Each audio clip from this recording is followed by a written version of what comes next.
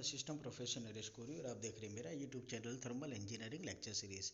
दोस्तों applied thermodynamics में हमारा नेक्स्ट यूनिट नंबर 5 है testing and performance of IC engine, या तो फिर testing performance and emission control of IC engine. Chapter GTU के अंदर एटलीस्ट 7 to 10 मार्क्स के लिए आ सकता है। वैसे तो अभी जीटीयू का सर्कुलर आप लोगों के लिए आ चुका है कि एमसीक्यू एग्जाम होगी, लेकिन फिर भी as being an mechanical engineer हमारे लिए काफ़ी इंपॉर्टेंट है इस चैप्टर के बेसिक फंडास के बारे में पढ़ना। तो शुरुआत करते हैं हमारे पहले फंडा के साथ। हमारी पहली थियरी है कि आईसी इंजन के अंदर इंडिकेटेड पावर किस तरह से मेजर किया जाता है। यहाँ थोड़ा प्रिंटिंग मिस्टेक लिखने में गलती हो गई, इंडिकेट्स नहीं एक्चुअली इंडिकेटेड पावर होगा। तो इंडिकेटेड पावर आईसी इंजन के अंदर किस तरह से मेजर की जाती है वो हम लोगों को पढ़ना है। तो बेसिकली 3 तरीके से हम लोग इंडिकेटेड पावर को मेजर कर सकते हैं, by using indicator diagram, by measuring brake power and friction power separately, and then we will add this both। मतलब कि इसका फार्मूला है indicated power is equal to brake power plus friction power, and the last one is by Morse test. Indicator diagram की वजह से आप लोग किस तरह से इंडिकेटेड पावर को फाइंड आउट कर सकते हो। तो सिलेंडर के अंदर, मतलब कि इंजन के सिलेंडर के अंदर जब भी प्रेशर क्रिएट होता है, वो प्रेशर सक्शन, कॉम्प्रेशन, एक्सपांशन और एग्जॉस्ट, ये चार स्ट्रोक के लिए वेरी होता है। मतलब कि चार स्ट्रोक के दौरान इसकी वैल्यू काफ़ी डिफरेंट आती है। हमारे लिए ज़रूरी नहीं कि सेम वैल्यू, जैसे सक्शन होगा तो प्रेशर बिलो एटमॉस्फेरिक प्रेशर होगा, तभी जाकर के सक्शन वाला ऑपरेशन हो सकता है। जब कॉम्प्रेशन हो रहा है at that time the pressure will be higher, जब एक्सपांसन हो रहा है at that time pressure will be lower, and during the exhaust time again the pressure will decrease. ठीक है, तो ये जो प्रेशर आप लोगों का वेरी हो रहा है चार प्रोसेस के लिए, अगर इसको फाइंड आउट करना है तो हम लोग फाइंड आउट कर सकते हैं ग्राफ की मेथड से। कौन सा ग्राफ आपको बनाना है? तो प्रेशर वॉल्यूम ग्राफ, या तो फिर प्रेशर क्रैंक एंगल, जिसको आप बोल सकते हो पीवी प्रेशर वॉल्यूम के लिए, या तो फिर P theta pressure crank angle. ठीक है, इसके बेस पर हम लोग इंडिकेटेड पावर अगर फाइंड आउट करना चाहे तो हम लोग फाइंड आउट कर सकते हैं। जैसे कि ये है पीवी डायग्राम। ठीक है, ये कांस्टेंट वॉल्यूम साइकिल है, मतलब कि ऐसा इंजन के लिए एक एग्जांपल के तौर पर दिया हुआ है। Process 1, 2, 3 and 4। सक्शन और एग्जॉस्ट तो आप लोगों के लिए पता होगा, एटमॉस्फेरिक कंडीशन, एटमॉस्फेरिक से बिलो होगा तो सक्शन, एटमॉस्फेरिक से थोड़ा सा ज़्यादा जो एटमॉस्फेयर की तरफ जाए तो वह एग्जॉस्ट होगा। ठीक है, expansion stroke, this is the compression stroke, this one is the combustion. ये कंबशन स्ट्रोक नहीं है, ठीक है, वो तो आपको पता है, ये कॉम्प्रेशन के एंडिंग के पहले जो होता है कंबशन प्रोसेस, ये वो है। तो इस तरह से पीवी डायग्राम के बेस पर अगर आप लोगों को इंडिकेटेड पावर समझना तो आप लोग समझ सकते हो। दूसरा है ये रहा, ये है पी थीटा डायग्राम, मतलब कि प्रेशर क्रैंक एंगल डायग्राम, कि जब क्रैंक आपकी 0 to 360 डिग्री मूव कर रही है, at that time what will be the pressure, and you can C when your piston or your crankshaft, when your crankshaft is rotating more than 180 degrees Celsius but less than 270 degrees Celsius, Celsius नहीं 270 degree, my mistake, 270 degree. मतलब अब देखो diagram के ऊपर से, तो compression stroke आपका ख़त्म हो चुका है। यहाँ पर आप लोगों के फ्यूल का कंबशन हो चुका है। मीन्स जब फ्यूल का कंबशन हो जाता है ओवर दिस पॉइंट, यहाँ सॉरी, जब फ्यूल का कंबशन हो जाता है, मैं पॉइंट बताऊँ, दिस वन। ठीक है, यहाँ पर आपके फ्यूल का कंबशन हो चुका है। जब आप फ्यूल का कंबशन होता है ना, वहाँ पर हम लोगों को मैक्सिमम प्रेशर मिलता है। तो ये पॉइंट आप लोगों के लिए मैक्सिमम प्रेशर वाला पॉइंट है, ये वाला पॉइंट।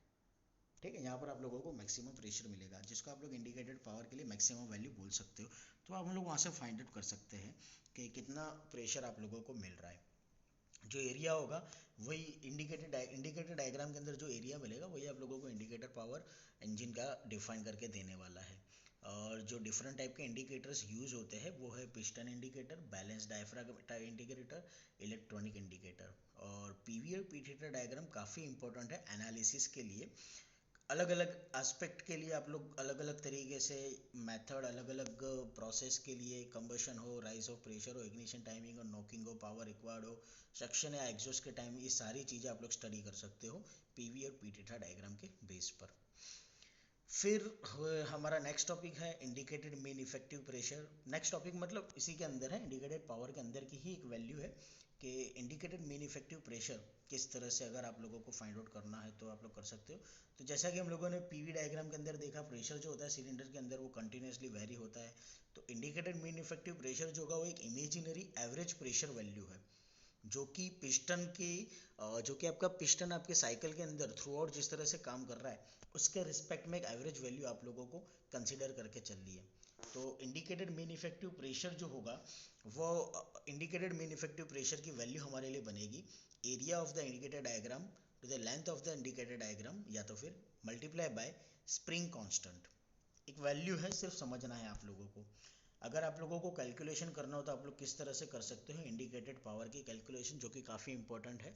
वैसे तो इंडिकेटेड पावर की कैलकुलेशन के लिए आप लोगों को मोर्से टेस्ट पूछा जाता है, जो कि हमारा नेक्स्ट टॉपिक है, वो मैं आप लोगों को बताता हूँ। तो सबसे पहले हम लोग ये समझ लेते हैं, तो इंडिकेटेड पावर के लिए सिंबल है PIM, मतलब कि इंडिकेटेड मीन इफेक्टिव प्रेशर, जिसकी वैल्यू होगी न्यूटन पर मीटर स्क्वायर के रिस्पेक्ट में। एरिया होगा सिलेंडर का π/4d²।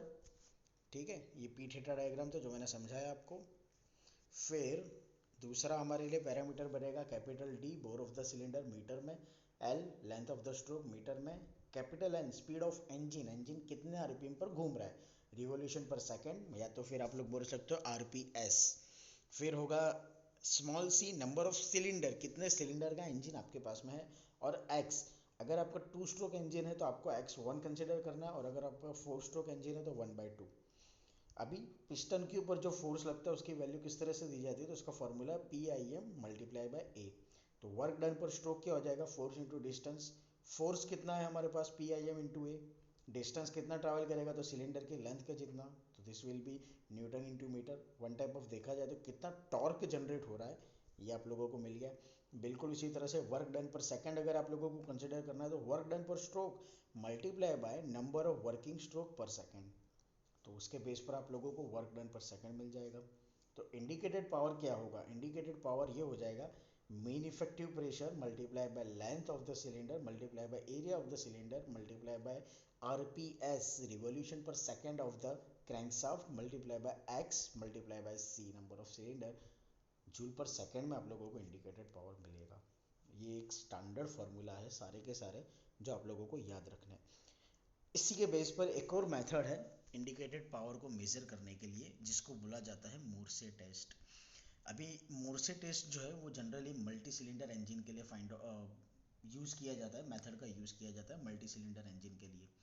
अगर आप लोग सिंगल सिलेंडर इंजन के लिए मोर्से टेस्ट का यूज़ करने जाओगे तो ये यूज़ ही नहीं हो सकता है, वो बेसिकली आप लोगों को मल्टी सिलेंडर इंजन के लिए ही यूज़ करना है। ठीक है, और दूसरी चीज़, multi cylinder engine power developed in any one cylinder is cut off and output power brake power is measured. Consider ये करना है हम लोगों को मोर्से टेस्ट के लिए कि कोई भी एक सिलेंडर का जो होगा इंडिकेटेड पावर उसको हम लोगों को कट ऑफ मतलब कि ज़ीरो कंसिडर करके चलना है कि वहाँ पर कोई पावर जनरेट नहीं हो रहा है।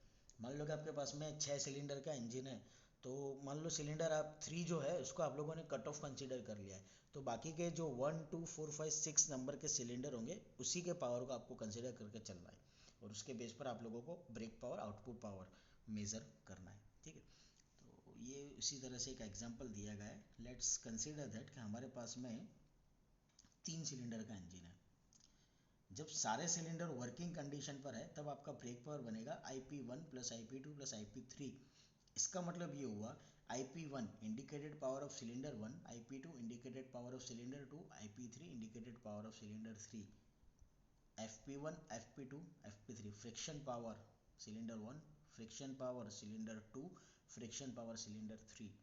अब ये जो फ्रिक्शन पावर है ये कांस्टेंट रहेगा, मतलब इसको हम लोगों को कोई चेंज करना नहीं, इसके अंदर हम लोगों को कुछ भी नहीं लॉस मिलने वाला है, इसको हम लोगों को कुछ छेड़खानी इसके साथ नहीं करनी, इसको एज इट इज़ रहने देना। ठीक है, इसको एज इट इज़ रहने दो, इसको इसके अंदर कोई भी चेंजेस मत करो। तो कंसिडर करो ये टोटल फ्रिक्शन पावर है FP, तो आपके लिए ब्रेक पावर बन रहा है IP1 plus IP2 plus IP3 minus FP। अब इसके अंदर हम लोग मोर्से टेस्ट को अप्लाई करेंगे। मोर्से टेस्ट को अप्लाई करना है, 3 सिलेंडर है, जैसा कि मोर्से टेस्ट की थियरी कहती है कि आप लोगों को कोई एक सिलेंडर कट ऑफ कंसिडर करके चलना है। इंडिकेटर और indicator is not required, multi cylinder power sorry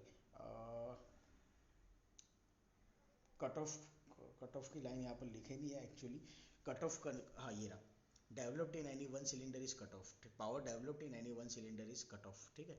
तो वो हम लोग यहाँ पर हमारे इस 3 सिलेंडर के इंजन के अंदर कंसिडर करके चलते हैं। लेट्स से कि जो पहला सिलेंडर है वहाँ पर कोई पावर जनरेट नहीं हो रहा है, तो ऐसे में आप लोग ब्रेक पावर किस तरह से फाइंड आउट करोगे। अभी IP1 तो आपका कुछ है ही नहीं क्योंकि पावर जनरेट नहीं हो रहा है, तो अब आपकी इक्वेशन क्या बनी, IP2 plus IP3 minus FP, ठीक है, क्योंकि पावर आप सिर्फ दूसरे और तीसरे नंबर के सिलेंडर में कंसिडर कर रहे हो। बिल्कुल उसी तरह से सेकंड कंसिडरेशन करो कि मान लो सिलेंडर 2 के अंदर कोई पावर जनरेट नहीं हो रहा है, तो अब आपका ब्रेक पावर क्या बनेगा, IP1 plus IP3 minus FP।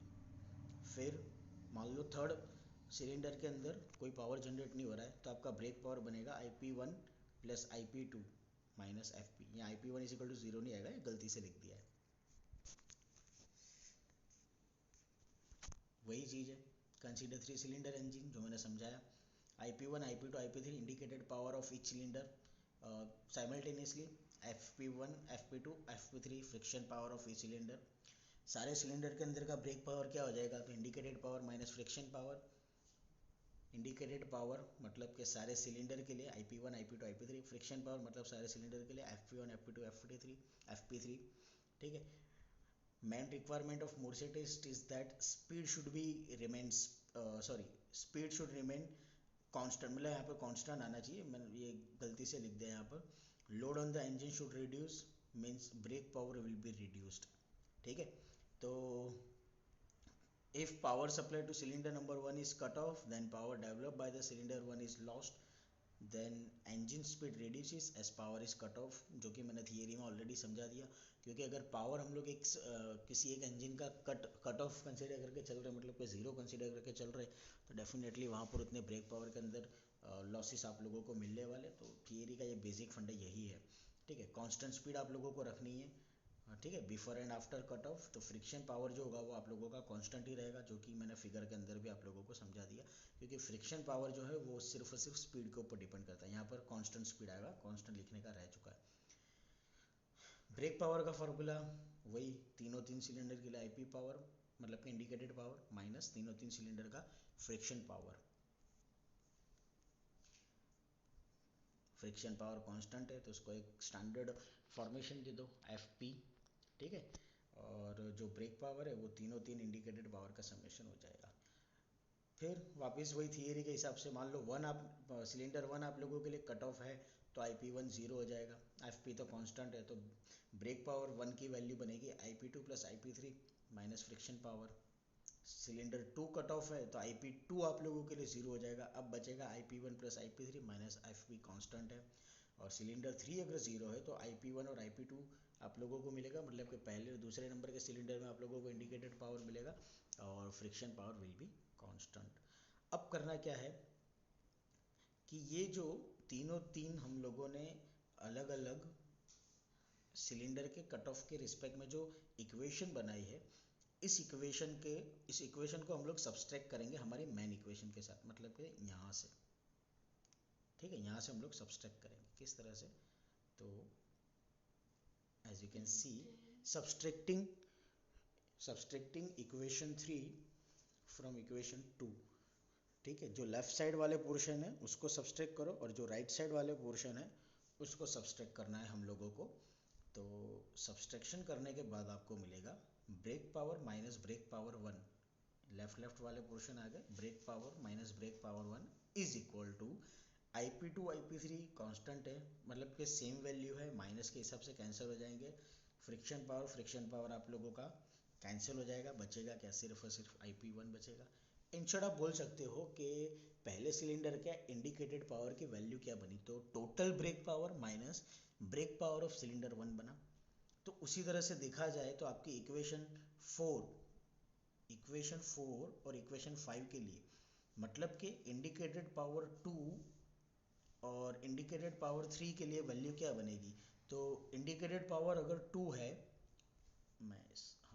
Indicated power 2 है तो आप लोगों के लिए वैल्यू बनेगी brake power minus brake power 2 is equal to indicated power 2। और इंडिकेटेड पावर 3 की वैल्यू क्या बनेगी, total brake power minus brake power of cylinder 3, ठीक है। क्योंकि हम लोगों ने क्या किया, हमारी मेन इक्वेशन में से कट ऑफ किए गए सिलेंडर की वैल्यू को माइनस कर दिया है। तो आप लोगों को 3 इंडिकेटेड पावर की वैल्यू मिल गई। मतलब first cylinder indicated power total brake power minus brake power of cylinder 1, indicated power of cylinder 2 मतलब total brake power minus brake power of cylinder 2। Next indicated power of cylinder 3 मतलब total brake power minus brake power of cylinder 3। Clear, समझ में आया? तो तीन indicated power की value मिल गई आप लोगों को। इसी तरह से आप लोगों को इंडिकेटेड पावर अगर टोटल फाइंड आउट करना है तो यही IP1 plus IP2 plus IP3 कर दो, तो आप लोगों को वैल्यू मिल जाएगी। समझ में आ रहा है? इक्वेशन के अंदर सिर्फ आप लोगों को वैल्यू रखनी है। IP1 की वैल्यू है आपके पास, IP1 की वैल्यू क्या है हमारे पास, तो brake power minus brake power 1 plus IP2 की वैल्यू तो brake power minus brake power 2 plus IP3 की value brake power plus brake power 3, तो आपको इंडिकेटेड पावर मिल जाएगा। क्लियर? तो इस तरह से मोर्से टेस्ट का यूज़ किया जाता है इंडिकेटेड पावर को फाइंड आउट करने के लिए। नेक्स्ट टॉपिक हमारा होगा explain with NEET sketch heat balanced. Heat balanced IC engine के अंदर किस तरह से इंपॉर्टेंस है वो मैं आप लोगों को नेक्स्ट लेक्चर में समझाऊंगा।